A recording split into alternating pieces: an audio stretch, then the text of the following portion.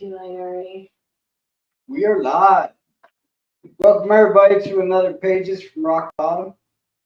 Tonight we are with Brother Ray. I was going to say Raymond. I called you Raymond, and he was like, "Who?" Like, Brother Ray. Raymond. Ray. Don't call him Raymond. So we're here with Ray. Tonight we're talking about faith after the fall, rising through redemption. Ray, if you want to, you can go ahead and just tell everybody who you are, where you're from, just a little bit about yourself. All right. Yeah, my name is Raymond Lutt. I'm from Waverly, Ohio. Let's see here. I'm a licensed social worker. I have a family of 10. There's hers, mine, and ours. So we never have a dull moment. That's great. Whole recovery. I've had experience in active addiction. Got 11 years clean in sobriety. So definitely faith after the fall is pretty much like I don't know, an action in my personal recovery. Everything about from the beginning to the end and ongoing has to do with faith for me. Ooh, I like that. Oh, let me get this over here real quick. Go ahead, Matt. You want to go or me? Go ahead. All right. So since you've opened up about what was like your lowest point in your active addiction that brought you like to your faith? Did you have any Um, faith at all when you were in active addiction? no, well, I don't know. When I was like 12, I got baptized, but I really didn't know what that personal relationship was like with God. Um, I went in and out of jail systems. I went to prison the first time at the age of 19. But I remember about the third time that I went through jail. I remember, the first two times I was telling my grandma and my mom, man, I found God and I'm going to change my ways. And about the third time, I told my grandma in a visit, I said, so I'm done with God. I'm not going to sit in here and act like I'm going to get out and do what he wants me to do. I accept it. And maybe whenever I get out, maybe it's something I might pursue later. And she told me it don't matter where you find God as long as you find Him, Hmm. or when you find God as long as you find Him. It's like the last time was in like 2017 whenever I was coming out of the Alva's house. And I've been in similar situations like that before in different kind of institutions from Noble to Ross to every south every southern jail system. But there was something unique about this time. I looked around and I remember just seeing a bunch of dudes on their rack, um, not talking about getting out and being a family man, not talking about getting out and working a job. I just I just thought to myself, like, man, what kind of lifestyle have I accepted? Like, is this all that it is for me? And I don't know, something really clicked this time. I feel like it was a God moment, really. And then I started going to church, and that's where I met God and felt His power. So, That spiritual awakening. Yeah, oh, for sure. Um, how did you how did your faith become your foundation to rebuild? well, um,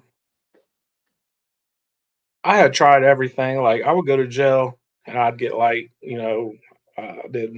Let me see, what was it, like 6 months? Then I did like 14 months. I did 2.5 years. I would go in and out of these different institutions, and I tried literally everything. There's a story in the Bible, and it talks about a woman who has an issue of blood for 13 years. It says that this woman, she continues to go to all these different kind of doctors to get this healing, but ultimately she heard of this man named Jesus, and she pushed her way through the crowd to touch the hem of his garment, and she became whole. And that's kind of like my situation with my faith, that I had went in and out of these institutions. I had went to money, I had went to drugs, I had went to women, I had went to all of these different things, and it's just like nothing ever filled the void that I needed. And, you know, whenever I heard of this man named Jesus in jail, because that's where I found him at, it was like, man, like, you know, like I've tried all these worldly things and there's got to be something unique about this person. Maybe I can try him and, you know, dedicate my time and, and just follow him and just see where he can take me. You know, I tried everything else. I tried dumbing it down from heroin to tramadols to from cocaine to crack, and nothing ever filled the void. Then I remember I went up to the altar one week and I'm like, man, I'm not going to fall down like everybody else. For the first time in my life, I felt something that was bigger than me whenever I went up there. And I initially went because I was like, man, everybody else is falling down. I'm not going to be like them. I'm going to stand there with my pride and my ego. I'm going to prove this person wrong. And man, whenever they touched my head, I just fell. And it felt like a burden of 1,000 pounds was lifted off my Mm. chest. And I just went back to the back of the church and I just put my head down and I just started crying. And you know, I ain't cried in so many years, like being in and out of those different institutions. Like you don't just go to prison and jail and cry. But God was kind of like purging in some internal things and making it come out. And I just couldn't stop crying, man. I was like, man, like I want some more of that. And Yeah. you know, it was a power that you know, it's a power that you just I don't know. I just didn't understand at that time, but I feel like I do now. I've never had that connection like that in a church. Hmm. I can say that I have found like a God I believe in, that I pray to probably sometimes 50 times a day because, you know, I use it to ground myself. But I've never had that. That's awesome. Stacy Hmm. says, that is what I tell people. There's nothing on this earth that will fill the void except for Jesus. Hmm. Yeah, Yeah. and he's the only one that filled it. Like I said, like man, at that time I was just I don't know, I was just at a spiritual rock bottom. I was emotionally, mentally, and spiritually bankrupt. Oh, And yes. for the first time, it just felt like everything inside of me was satisfied with the Holy Spirit, and it just felt so good. And then after that, I was just running up to the altar, like I want some more of him. I need You know? more. I need more. Give me more. Fill my Yeah, cup, but I just empty. yeah. Yeah. Yeah. I think for the longest time, like I always thought I wasn't worthy of God's love or anything because I wasn't living right. And when I truly started to embrace what recovery is, I found the difference between spirituality and religion. Oh, You know, Mhm. like I finally found a source of comfort through prayer, and you know, and especially like you've always been one of my role models. You know what I mean? So you were one of the biggest one that showed me like when it comes to spirituality and when it comes to Jesus, like there's truly no judgment. You know what I mean? Mhm. Yeah. Like anything I've ever come to you about, any wrongdoings I did early on in recovery, like you were one person I never received judgment from. Like you would hold me accountable for sure, but you would never condemn me for it. You know what I Wow. mean? You helped me in a lot of ways, brother Ray. Right. Thank I'm you. You sorry. helped me in a lot of ways too. And that's, you know, that's one of the big things, like, um, the Bible says that love conquers a multitude of sin. And Mm, a person has to be moved with compassion. And if you can't love somebody where they are or where they're at, how can you expect God to change them if they won't even Hmm. walk to the church? Or just like you were talking about spirituality, like that's one thing that I believe. Like I'm more like of a spiritual being, not a you know, I don't consider myself to be religious, so to Yeah, speak. I respect absolutely. God's house. I respect if you know they praise or worship a certain type of way, or they have an order of doing things. I respect that, but at the same time, I consider myself just to be spiritual, humble, just a man trying to follow Jesus. That's it. well, thank you for your service, Ray. We appreciate you more than you know. Mhm. How did faith help you begin to rise again? So I know like we all fall, right? We hit rock bottom. We find that really, really dark place, and then like somehow I found my light when Travis had me in handcuffs, you know what I mean? Um, Mhm. and I was I was like you, spiritually bankrupt. I was emotionally bankrupt. I was like I had nothing. I'd lost everything all over again, my kids, the whole 9 yards. So what was it like for you hitting that rock bottom and then finding your faith to rise again?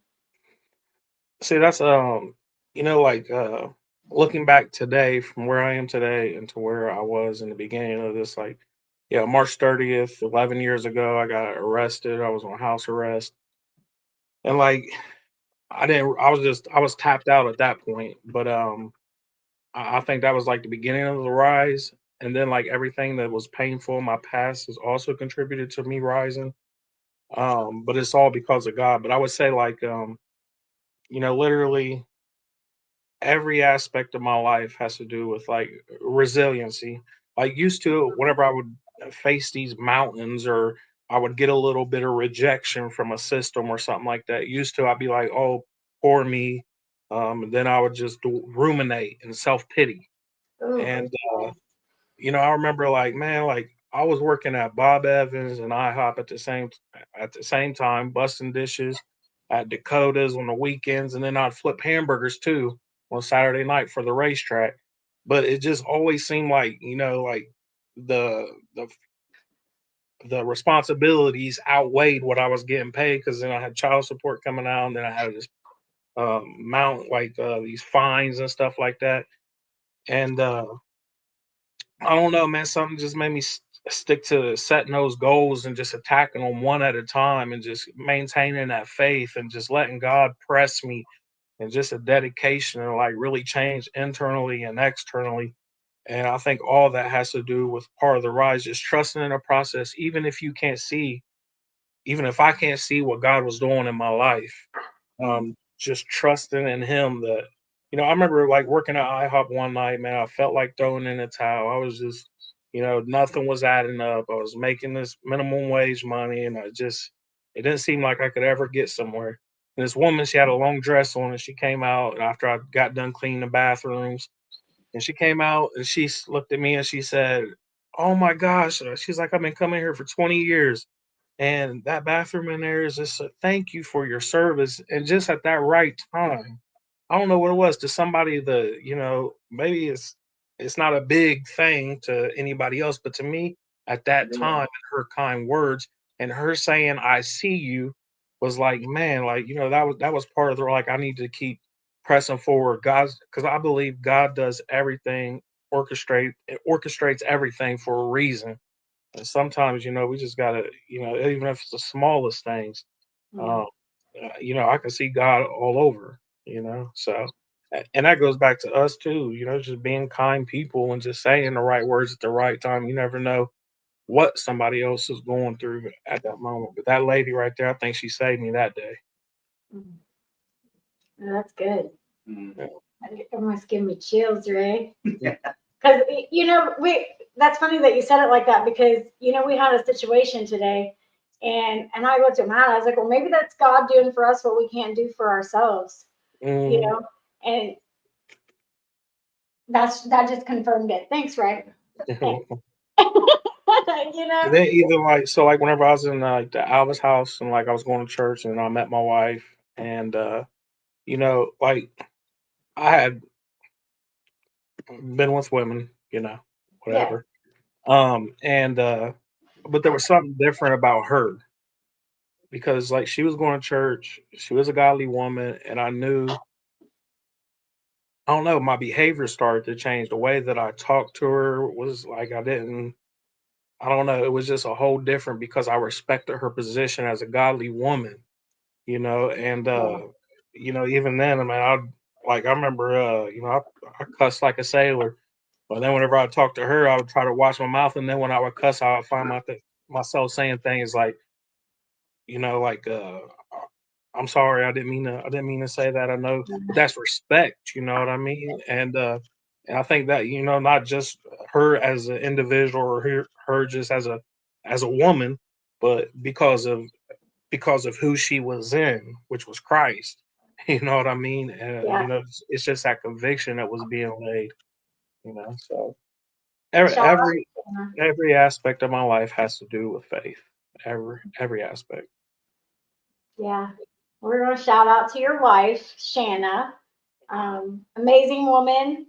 She helped me through some really, hard times too. Has always supported me, been there for me no matter what. Shout out to Mhm. her. You guys both are amazing people. Ray, I've known you a really long time. You know, you're one of them people I didn't think that would ever get sober, just like myself. You know what I mean? Mhm. But look at us now. Look at us now. I'm No, really close at that 11 years. Like I told that to Ryan too. I was like, I'm coming, I'm coming. By the time I hit 11, you're gonna be like 21 years. You know what I mean?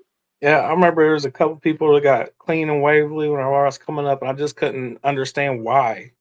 Yeah. You know what I mean? Like they're clean. Like, what does that even mean? What does that look like? Why do they want to be Right. Why did responsible? you do it? Are you not gonna get high no more? Yeah. Yeah. Yeah. But it's amazing to watch. You definitely Mhm. inspire people and encourage people to want to do better because I mean, me myself, when I used to see people up there telling their story, spreading that inspiration, like I would be like, man, I want what that person has. Mhm. I don't want to be that person. I just want what they have, that glow, that courage, that just self. That real joy. Yes. Yeah, Right. it's So it's early on admir- in my recovery, admiration.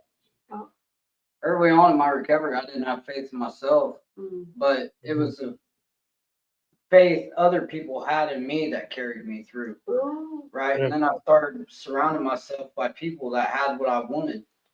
And then I Mhm. finally started having faith in myself.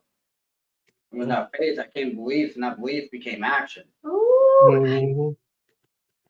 Yeah, and I remember that would come in the mouths of some probation officers whenever they was arresting me. They'd be like, "Man, you got so much potential." You know what I mean? Yes. But as people seeing stuff in us that we don't even see in ourselves, but then when you start walking in it, it just hits a lot different. You know what I It mean? does. It does, especially around the people you used to run from. Yeah. Mhm. That was Travis with me. Like he believed in me when I didn't believe in myself. Or Walsh for talking to me for an hour and a half in the conference room. He's like, "You're gonna die." You know what I mean? And it just kept giving me all the reasons why I should go to rehab and change my life and reconnect with my children and do all these things. And yeah, shout out to everybody who believed in me when I didn't believe in myself, because I would not be here today if it was not for you guys. Yeah, and I remember like sitting down in an interrogation room down there in Pike County Sheriff. The last time I went to prison, and I had like 5 felony 5s or something like that. Ugh. And I was just sitting in there, and they was trying to get me to, talk or whatever. I was like, "Look, we can just cut this short. We can do 2.5 years. I'll plead out to it. You send me to prison. I'll go do that. Drop the other 2." And and that officer, he just looked at me and he came back in there and he's like, "Man," he's like, "Is this what you want for yourself?" And at that time, I don't know. I thought I was my own like little jailhouse lawyer. Or I thought I knew the system so good. I mean, Yeah. that is the deal that I got, but you know what I mean. But it's crazy to think back, like, and just not having that hope and just feeling so purposeless. Um, and despite the loved ones, despite the kids, despite all the things that we got to live for, um, I don't know. It's just very complicated. So. It is. You got to start living for yourself first. Mhm. And all that beautiful things was, every one of them would come after. Stacy says, I was lucky to have my connection with Jesus when I did my last time in jail. Without him, I don't think I would have been able to stay as positive and continue on the same path. Well, shout out to you, Stacy. You're awesome. You help with March. You do all the things. Um, keep doing what you're doing. You can ask him this question. uh, what role does forgiveness of self and others play in recovery and redemption? Forgiveness of self. Mm. Um, man, I carried around so much shame, so much guilt, and just so much. You gotta think like in addiction, man. We do play a part in other people's addictions too, and we see Mhm. things. We put ourselves through trauma. We also put others through the trauma or Yeah. experiences. You know what I Yes. mean? So there's a whole lot of stuff. Like even times today, there might be an imposter that pops up in my mind. It's like you don't belong. You know what I mean? But like that positive self talk and like work forgiveness is ongoing. It don't never stop. Like I That's, might do something today that I'm gonna have to, ask for forgiveness for tomorrow. Yeah. And For you know, seconds there's, later. there's that there's that one saying that says, "Forgive us our trespasses, we forgive those who trespass against us." And it was like I remember there was a guy up there at and I got all kinds of experiences in recovery because I don't know, I just do. But I remember I said I forgive everybody. And he's like, "Oh, really?" And then like a week later, I ran into this guy who had harmed me. I was like, man, like I was real angry, frustrated, and I was like wanting to fight him in the bathroom, and then they was like, "Oh, well, I thought you forgave everybody." I was like, "Yeah, but I forgot about that person." And, Mm. and then like the following week, that guy came up to me, shook my hand, and he said, "We're both in recovery. I'm sorry for what I've done." And we both understood, but that again, God doing for me what I can't do for myself. Yeah. Yeah, I gotta forgive others because if I don't forgive others or myself, it's hard for any relationship to move forward if you're stuck in, the if you're stuck in the mud, in that relationship. And I think that's what forgiveness is. A lot of it is those relationships when people are unforgiving towards me and I might be moving forward, that person is still stuck. And it sucks because sometimes it's in sometimes it's in the faces of our children or our families or our mothers, and and we want them to forgive us, but how forgiveness is a process in its own for the individual, and we have no control over whether or not there's some things that we've done that probably people probably ain't forgiven us for yet. no. Nope. And it sucks Probably that we move maybe forward. never will. Yeah, we Yeah. move forward and they stay stuck. And Oh really, my God. He yeah, took it's the words right out of my head. Yes, they do. And mhm, I still can't. I'm sorry. I just want to reflect on that just for a second, what you just said, because we do move forward and they stay stuck. And I mhm, still have a hard time understanding why. You know what I mean? But I do, but I don't, if that makes sense. Because mm, I'm like, well, why can't they? I've moved past and grown. Why can't they? yeah, mm, And I still can't wrap my head around why some people stay stuck in yeah, that hatred and bitterness. You know, I deal with that every day realistically, and I ask that same question, even ask God that sometimes, like, why? mm, Um, because I have a situation, well, not a situation, like with my kids and my sister, realistically, like, and she'll stay stuck and on the things that I done, and me walking away, and and not being there and choosing drugs, and mhm, um, but not ever looking at like all the good that I've accomplished and the good things that I still do for myself in my life. mm, But there it is, what they stay stuck. I ask myself mhm. that all the time, Ray. Been Yeah, doing and I this know for 12 it's years. like like when it, cause like I blame everybody. I blame my Yeah. upbringing. I would blame the systems. I blame the school. I blame the all these different people. And yeah, like there was some like I remember going through high school and like getting kicked out when I was like 17 years old. But then I had a son. I wanted to go back, and then because my heart changed, and I remember a teacher looked at me and they said, "I don't know why you're here. You're never going to be nothing." And they told my mom and my stepdad that, and I held that anger and that bitterness towards that individual for so long. I was like, again, the system has failed me, and really, it didn't cause that person any more pain. The only No. person that it impacted was me. And like today, you know what I mean? Like I'm going to get my I'm in a master's program, Yeah. and Congratulations. That's awesome. yeah, but I mean that stuff does though. Like when we have those experiences that just cut deep in our soul, and it really, man, forgiveness is it's like a big healing process. Um, I don't know. There's a lot to forgiveness. It's just so complex. It But like definitely- for the things, the biggest part is giving it to God. Oh yeah, You know, I'll like take a lot it sometimes. of, Give it back. Give it Yeah. back. I'm not ready yet. And then I'm like, then I'll let it go. You know, I'm like, just take it. Whatever happens, happens. You know. I think we all do that probably 20, 30 times a day. I know I do. I know I do. So that's what that movie Shaft. Remember whenever he's like, just keep saying it, and yes, maybe you'll that's a forgive good you. movie. Yeah, That's a that's good how I movie. look at forgiveness. Like even if you don't know where to start, just start somewhere. Just keep saying it, and eventually, maybe your heart will be turned over, and that hatred and bitterness will leave. Hopefully, for some it's years. Consistency and action. It's hard for me today to really have any hatred toward people. Oh yeah. And I'll be like, man, I'm gonna be just like them. I'm gonna treat them just like they treat me. But then I'm like, no, I'm not, because I'm not like that. That's not who I am. You know what I mean? Yeah. That's back to giving it to God and just letting go. You have to. You definitely have to. It's hard sometimes, Ray. It is. It is. But forgiving people even that's harmed me in my past, with abusive relationships and different things like that. Like, I've forgiven them, but that doesn't mean I forgot.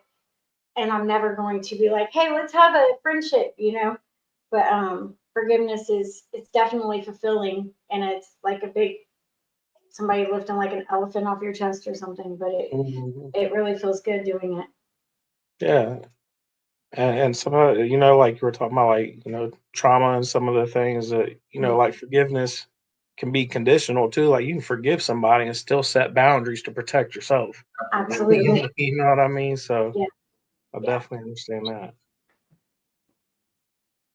All right. So what did it take for you to reconnect your faith, like connect your faith with the community and rebuild relationships? Um, What well, steps did you take? um, I stayed away from Waverly for like a couple years. Yeah. I remember whenever I first got clean, I would ride through Waverly and just I had my hood on because I didn't want nobody to see me. I just wasn't ready then. They Yeah. talk about the geographical change, and that no matter where you go, you take you with you. But I do think, like, being in Chillicothe, I got family there too, but being away from all the triggers and all the roads and all the people really did let me focus on myself. Yeah. And then like reconnect. So like little by little, I started reconnecting with the community. I volunteer sometimes to go do the food pantry. Ooh. I remember one time I was sitting at this table. It was like some kind of coalition meeting. I was early in recovery. The doctors and lawyers and police officers were all talking about why the spike in Neurotins. Nobody knew the answer of why people like Neurotins, and I'm like, oh man, I got this one. And Yeah. so like raising my hand, like, man, but like the opportunity, just being willing and just trusting in God that, if you set me at this table full of these people who's got these big credentials, who got all these business suits, that I'm still here for a reason and I deserve to be here. But like, just being engaged and feeling wanting to or social participation, right? Ooh. Um, Using my pain for a purpose and helping somebody else. And even if I'm anxious and sometimes you may not want to, but just having the willingness to get out and do it. That's how I reconnected those relationships. Like I said, like a year ago, me and Sean, we went to Pickaway prison. I seen some guys in there that I was a noble with, and I remember I was up there sharing my story, and I was talking about, like, having numbers in my phone that are cops. Like that would not have happened back in the day. You know what I mean? Like I got cops Yeah, in my phone. I'm cool with them. They my friends. Like judges. Like just the whole. And it's crazy how God is able to use all those things that you're scared of and use that as your support system or your foundation to grow in the community and as an individual too. And that goes back to like what you were talking about whenever you said like I see something that I want in somebody and like I admire that about this individual. So like I remember they had like a men's fellowship and they were talking about and this one guy says, well, I don't have a phenomenal story like you have. And I remember and he said I've been faithful my whole life. I had a good upbringing. And I was like, I need to know how to do that. You know what I mean? Like Yeah. I've got 11 years of faith. I'm want to push to 25 years. I admire that about you because life is going to have its ups, it's going to have its downs, it's going to have its difficulties. There's going to be some pressing, and I just need to know how do I maintain my faith and keep it strong, sharpen my sword, even in the worst of situations. So, and that goes like like addiction or your mind might play tricks on you, and just tell you like don't connect with this person or your story is less important than this. But that's just a strategy, I think, from the enemy, just trying to create that division between you and this person. That way you don't, get what they got for you. And it's not nothing about envy. It's about just admiration. Mm. And, and like coming, like, so, like, I never talked about houses and like saving money and being a responsible father. Like those weren't things that happened in my household. We just didn't talk about things like that. So like I had to learn from other people how to be a productive member of society because I didn't know what that looks like because on my whole circle, everybody was or still in prison or dead. As far as the people that I grew up with, anyways. Um, so I really had to learn how to live, and I had to learn from other people. I would watch, and I would see what it looked like, because I just didn't know. I'd been engulfed in those substance using behaviors and manipulation and lying and sneaking and just all of the things. So I had to learn how to be, I don't know, I guess a human, Oh, decent human. there you go. Yeah, a decent human. That's what Decent human. That's it I'm right there. But it's hard to make other people see you as a decent human once you saying. become that decent human. I think I still have, people that stigmatize me and still judge me for the things I've used to do.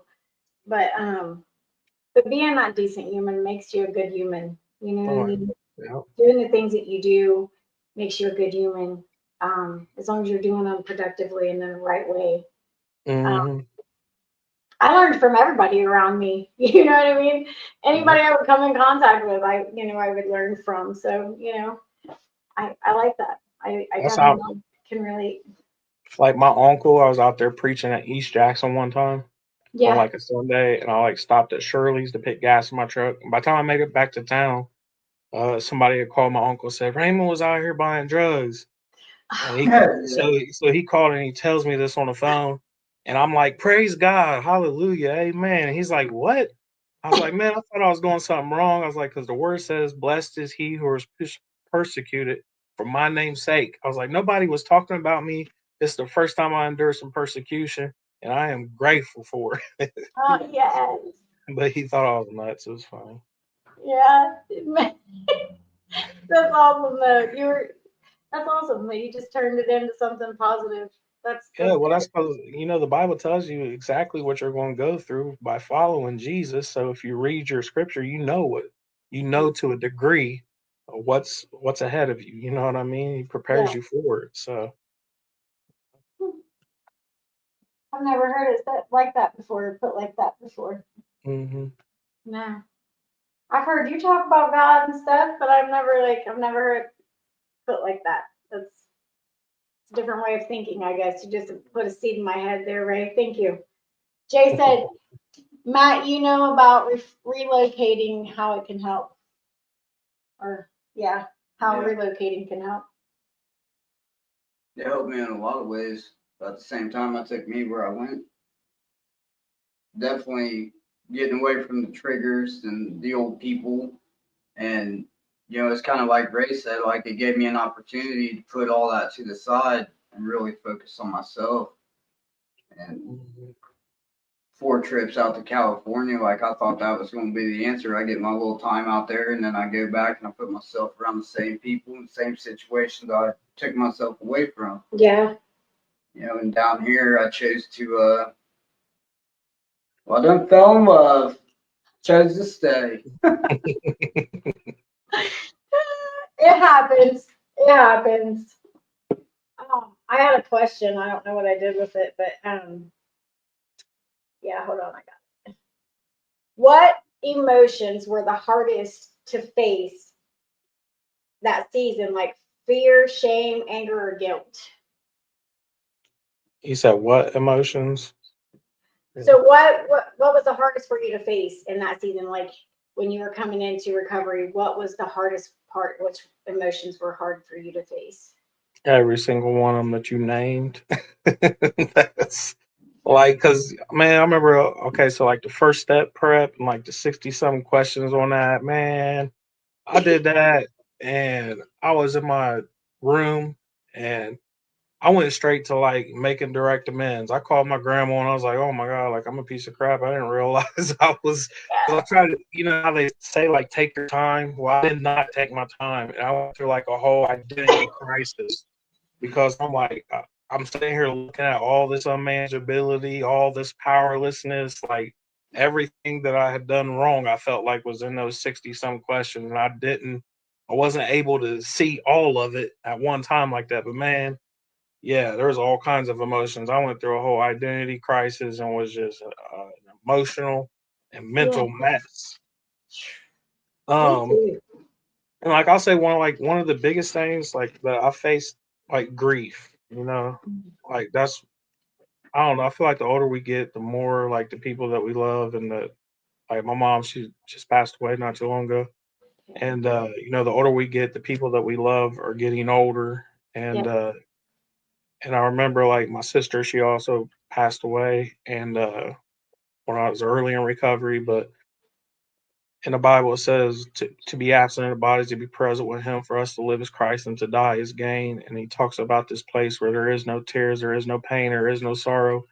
And you know, anytime that I experience like a negative, like a uncomfortable emotion, like anxiety, be not anxious, take no thoughts on the things of tomorrow. I always go to the Bible, no matter what I'm going through. And then like for the shame, there's that one story where Jesus draws that line in the sand after these people are about ready to throw rocks at this woman for prostitution or whatnot.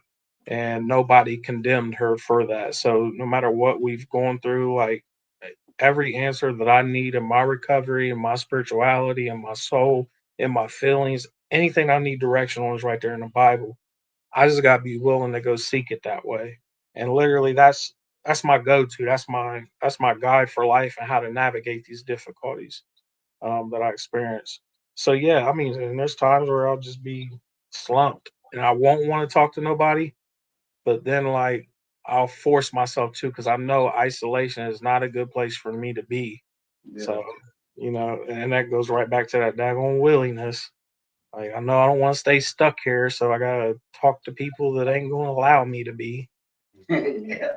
And that's the good thing because we know we build this sober support, our sober support networks, and like people know when you're going through something. Well, for me, it's my wife tells everybody, and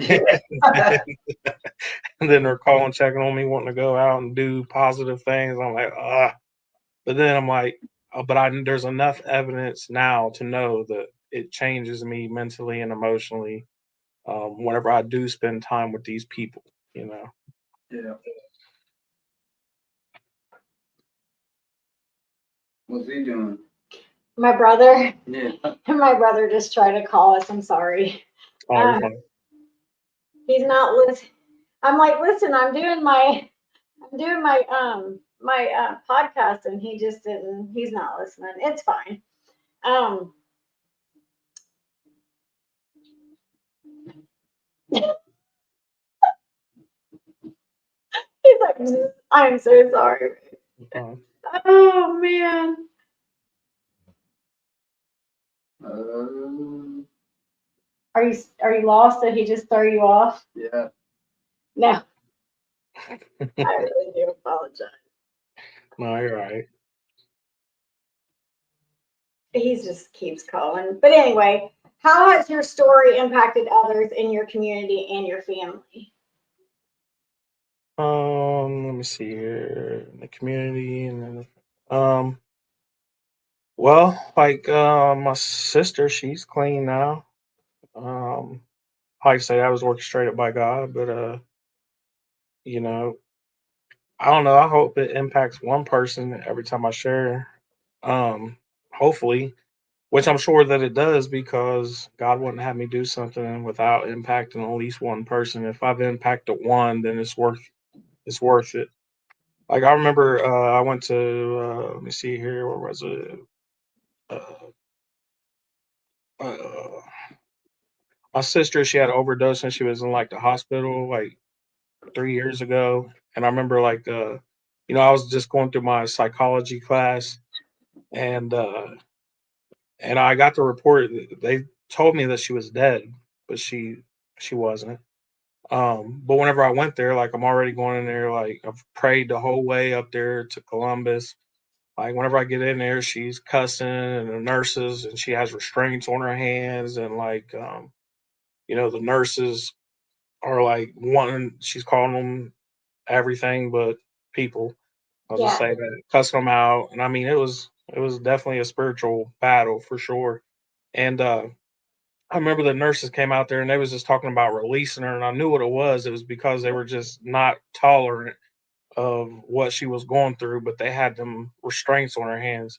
And I remember like I looked at him as they was about to release her, and I was like, man, like I need to save her if I can. And I remember in my psychology class they was talking about restraints, and I was like, and I told that doctor and the nurse, I was like, if you release her, you have restraints on her hands. That means that you think she's a risk to herself or somebody else, and if you release her, you will be held liable if she goes out here and injures herself. Now, I remember they kept her an additional 3 days.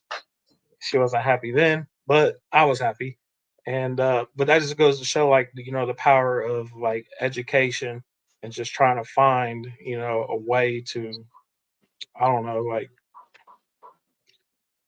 I feel like if you got the dedication to do something, you'll figure out a way to do it. It's just like, an active addiction. If we ever experienced a no or had to figure out some ways and means to get more, um, you know, recovery is the same thing, but just a different mindset for positive outcomes. Mm. And, but that right there, I definitely think that impacted her life, probably saved her life. So, and then like with family, just a lot of my family's getting clean. I like to say that maybe I played a part in it. Um, but I don't know. I'm definitely proud of the ones that are getting help, getting clean, and it does feel good that even the ones that may be still out struggling, they also say, "I'm proud of you, man. How'd you do?" And sometimes I might get a message like, "I need to go to inpatient," and so it definitely impacts those that we love. So. It does for sure. I hope that, that does with my brother one day, you know what I mean? That he wants to find Better for himself. Mhm. that want for himself to want to change, Yeah. because I always get scared that, like, I'm going to get that phone call, about him. Um, Even though, like, he's like, well, I don't do nothing, hard. I don't, I'm like, but you don't know what you're doing anymore. So that's that's the thing. Like, you don't know what you're getting. People don't care what they're giving you. You know what I mean? And it's just a really scary situation. And now I know how, like, my loved ones felt. Being on the other side of it. And I hope that one day maybe I can inspire him enough to want to change. Yeah, we But he's are gotta want it. You know what I mean? He's got to want the that. So we're the Al-Anon members now. yeah. Which Yeah, is like it's different from the side, and I'm always like, man, why can't he just get it? Why can't he just get it? And then I'm like, tell Matt this all the time because I'm like, I don't know why I'm even saying that because I was him. I've been him. You know what I mean? I've been there. I've been doing exactly what he's doing right now, avoiding, isolating from our loved ones, loved ones, because I didn't want nobody to see what I was doing because I think that I'm hiding it so well, And Mhm. but but I know why he's doing it. You know, the guilt, the shame. You know, he avoided me for what, a month? Yeah. A month because he already knew I was, and I don't try to be hard on him, you know, because I just want what's best for him. You know what I mean? No. But I definitely don't hold any like bar when or my tongue when it comes to letting him have it, but in a good way. You know what Yeah. I mean? Like, Bobby, you don't think about nobody else's feelings but yourself. And I'm not trying to Mhm. call him out, but I just did. You know, and I love him, you know, and I just want him to want best for himself. I want him to want something different for himself. Yeah. But And that's what's crazy. Like even like like you was talking about like situation with your brother and like when people are out there and they know that you're clean, you don't even have to be hard on them. Just saying how you doing. I'm just calling to check in on you. They're already like yeah, all offensive, defensive, and like yeah, automatically think you're judging them. I'm like, bro, I just said yeah. Or you'll say something like, "What you doing? Why'd you say that?" hi. What do you mean? I'm just checking on you. Yeah, he hopefully one day, Ray, hopefully he'll Yeah. find some type of inspiration like we all found, every one of us found, and he gets that help that he needs, and he becomes that sponge, you know, and absorbs it, and maybe he'll find it in faith, maybe he won't, or maybe he'll find it, you know, in a Living Clean book. I found it there, you know. I love that thing. There's nothing like, you know, I couldn't turn to in that book, and it was, you know, very, very powerful. But you know, it's hard to watch on this side of it. I Oh get yeah. it. Now I get it. You know, I pray and be like, you know, to my mom because my mom isn't here anymore either, right? You know what I mean? And and I was in active addiction when my mom passed, so and I Mhm. refused to go to her funeral. You know what I mean? I didn't want to see her in that casket. I didn't want to go to her funeral high because I knew that I was going to. If I went, I knew I was going to be high. I didn't want to do that. You know, and like I say that all the time, like now I know what you mean. I know what you meant. I know everything that you used to say to me. I get it now. You know what I mean? I Yeah. will live by that. And I don't know, hopefully just one day, you know, that he does. And anybody realistically, not just my brother, anybody out there suffering, you know, if you take away anything from the segment, and you know, it doesn't even have to be faith, but it's believing in yourself and forgiving yourself. Walk away with that and start that foundation of something beautiful and put some good windows in it. Don't black you know, your windows out like I do because I use black curtains, but put some great windows in it with whatever it is that you want on it. I know I say that all the time, but you have to build that foundation from the ground up, and Ray built it with his faith, Yeah. and that's awesome. You know what I mean? Most people don't do that. You know, faith don't work for everybody. You know, but it did for you, and that's awesome. Yeah. But what does it mean for you to trust the process, even when you can't see the outcome? That's the process. That on treatment saying, right? That's what they call it. But Yes, trusting the process. What does it mean, trusting the process, even when you can't see the outcome? Like faith is action, not just belief. so like I think seen this thing on Facebook. I had this woman that was like praying to a plant, asking for it to grow, but it wasn't Oh, growing. And then she started praying, but she had water in her hand and she was watering it. That's like that faith with works. So like for me, like I don't know, like going to school, like so just something as simple as like going to school and at first my motives wasn't pure. I was just trying to get some money. And but eventually my heart started to change and God knew where I was going to be today. Um, and right now I'm just in that season where I just want to be obedient to what God says. And we think of like Jonah, the story of Jonah and him being disobedient and the things that he endured and how his whole ship got rattled. Like I could feel spiritually when I'm out of position with God because I feel like everything around me is being attacked. And it's usually not until I surrender and put it back in God's hands that I finally get that peace and that clarity. And I'm back in align with Him, and just like, okay, so I just gotta trust in you that you're gonna have me. I gotta drive the car, but I got to use you as my guide. You know what I mean? Yes, yep. Um, so like I think that's one of the biggest things about trust the process is for me it's a big to surrender and not try to take it back from God, just trusting in Him no matter what, no matter if I look and I can't see what's going to happen. But because a door is open doesn't mean that I'm denied. It just means that I'm not meant to walk through that door right now, Yeah. you know. And when one door closes, another one opens, period. And I got plenty of evidence to support that. So like I just surrender and just turn it over into God's hands, and I'll trust His will, and I'll try my best to surrender to Him daily. I might come 3 times a day, Yeah, morning, midday, and night. You know what I mean? for sure. For sure. Sometimes 100 times a day. Man, Yep. man, for sure. So, Ray, I'm gonna take you back. I don't even know if you'll remember this, but we're going fishing one night when I was in ACM, and we're going to Ross Lake, and we got to talking about my daughter, and you was asking me about her, and I was like, man, I don't even know how to begin to have a relationship with her. You know what I mean? Like, I got so much guilt, shame. Like, I'm assuming she has resentment towards me. You know what I mean? I gave her up. I chose to give her up. And you kept reiterating, like, you gotta have faith that she's gonna want that relationship with you. Because every child wants to know their parent, and like, it's been about a year now. Yeah, yeah. I was in storm work in Florida last year, and she reached out to me on Snapchat.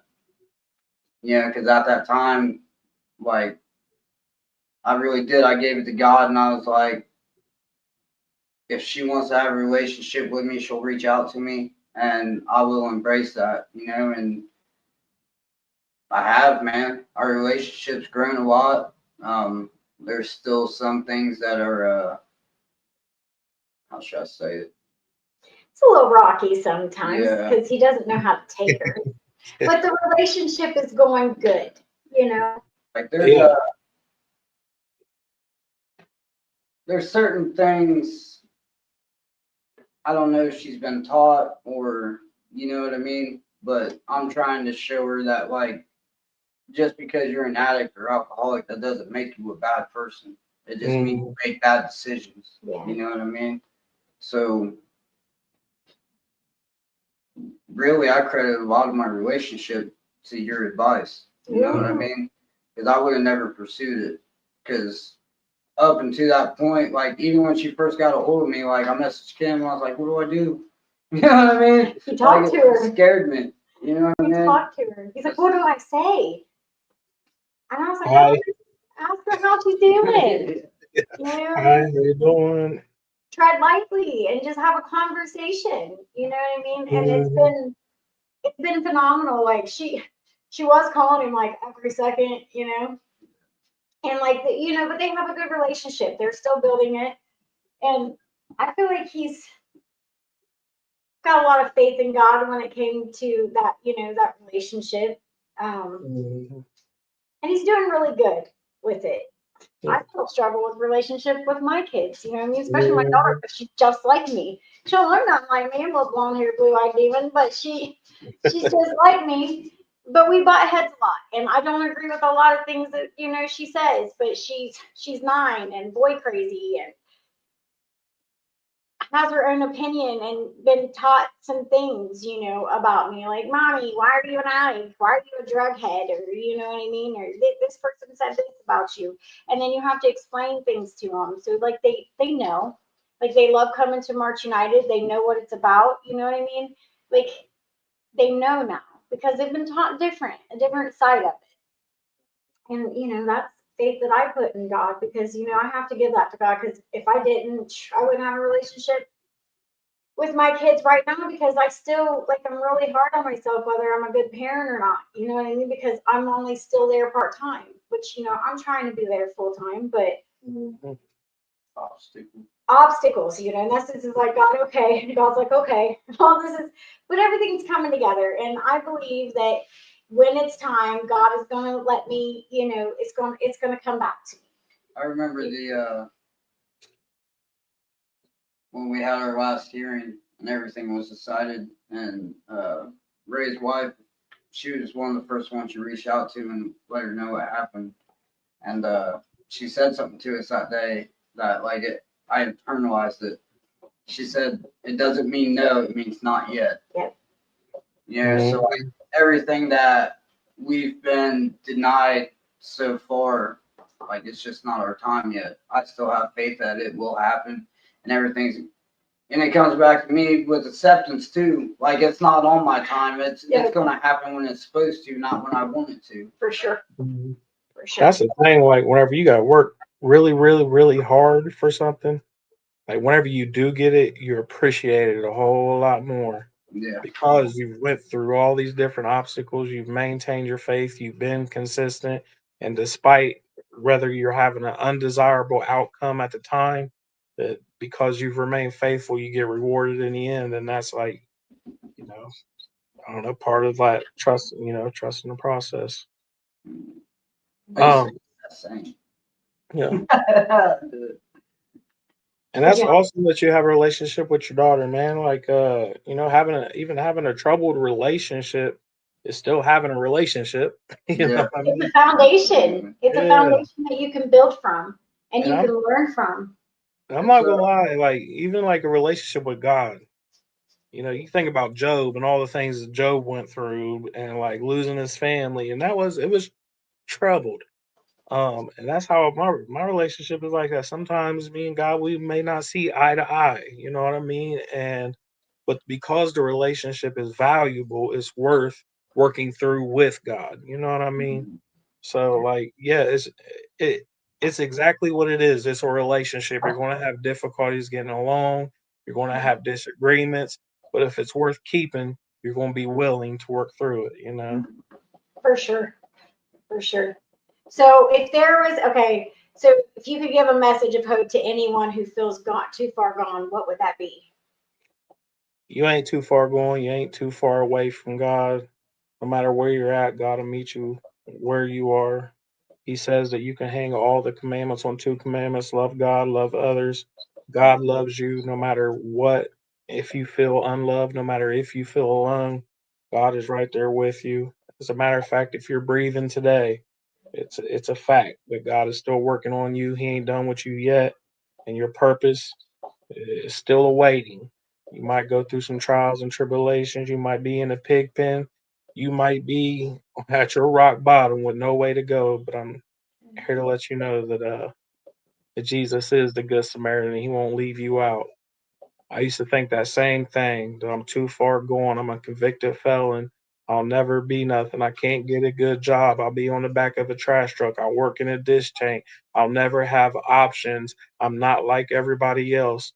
But despite everything that I just said, God has really showed up and showed out in my life, and He will do the same for you because He is not a respecter of persons. If He did it for me, if He did it for Kim, if He did it for Matt, He can do it for you.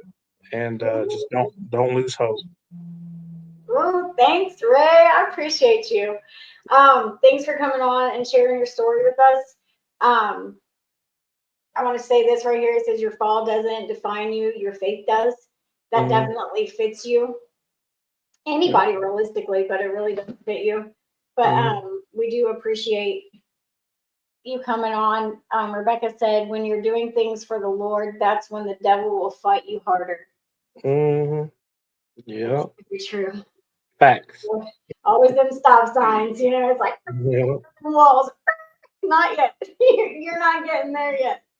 But we definitely do appreciate you sharing your story. Hopefully you've touched somebody. I know you definitely have us in so many ways, and so has your family.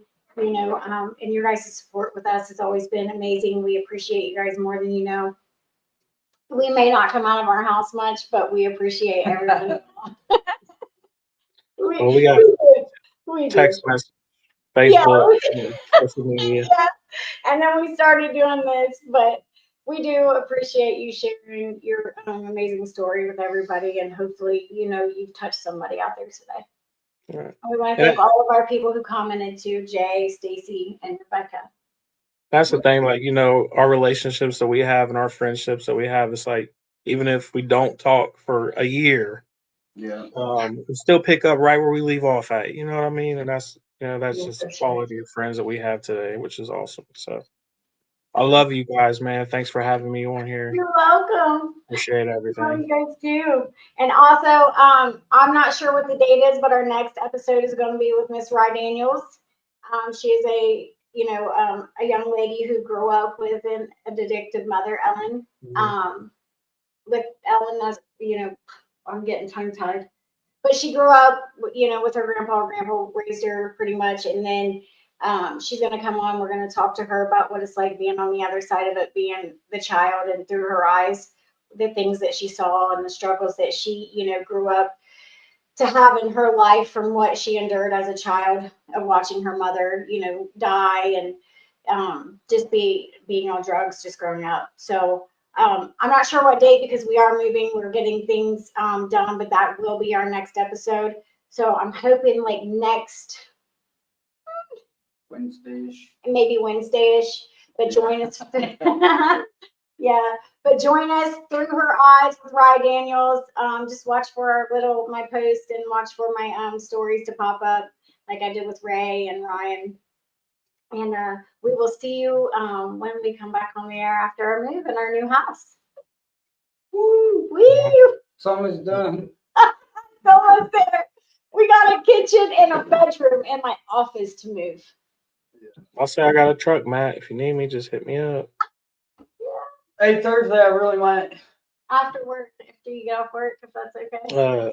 Well, Friday afternoon, I got some free time. Yeah, he works. He works two jobs. Yeah. 2 jobs. We appreciate you, Ray. Thank you for sharing your story. Man, I didn't even think about Ray. I was like, that's awesome.